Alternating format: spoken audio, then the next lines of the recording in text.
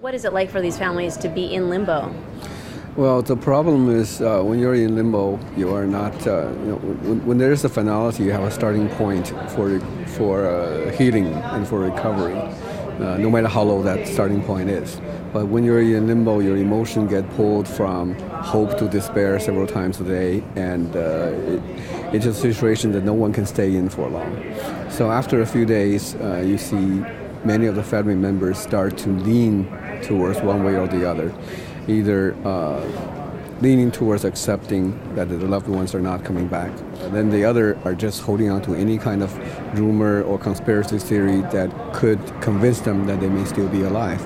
This latest discovery of possibly a debris from the plane in the southern Indian Ocean yesterday really caused some major changes.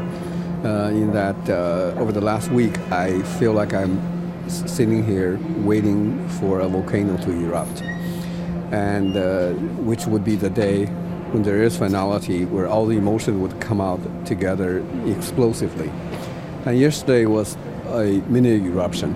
If there is conclusive news, what will the family members' reactions be? What have you seen? We're waiting for that moment so that these people can begin to heal. Because without that, there's no first step. Well, yes, because healing need a starting point, and the starting point need to be stable. And right now, there is no starting point for healing because it is floating. Even without that experience, right here, there's not a lot you can do. But sometimes, what you can do is the smallest thing. Because the very first thing I did when I came in, I saw an elderly lady sitting on the floor crying. I sat down next to her, and I didn't do anything. About 30 seconds later, she leaned against me and put her hand on my hand. And then I put my hand over her hand. And she continued to cry. A minute later, I started to cry. And that's all I did, just to be there with them. And a few days later, I ran into her in the lobby.